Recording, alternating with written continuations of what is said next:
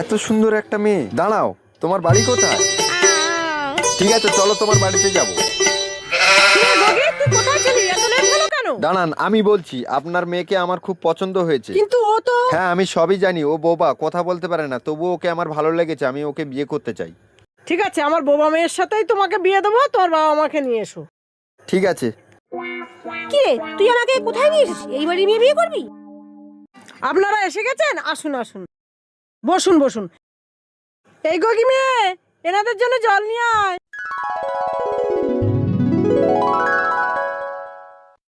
ঠিক আছে, আমার ছেলের যখন আপনার মেয়েকে পছন্দ, আমারও পছন্দ হয়েছে, ওদের দুজনকে বিয়ে দিতে চাই।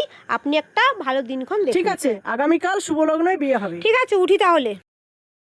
কি এত সুন্দর ছেলে আমার গগি দিদিকে বিয়ে হবে? আমি থাকতে সেটা কখনোই হতে দেবো না।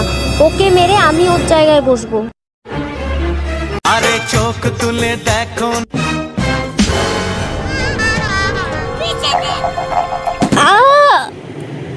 এই বর এসে গেছে, বর এসে গেছে।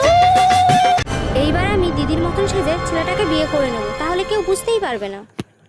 দাঁড়াও বাবা, আমার মেয়েকে নিয়ে আস। নাও, এবার শুভ দৃষ্টিটা হয়ে যাক। তুলে দেখো না কে এসেছে।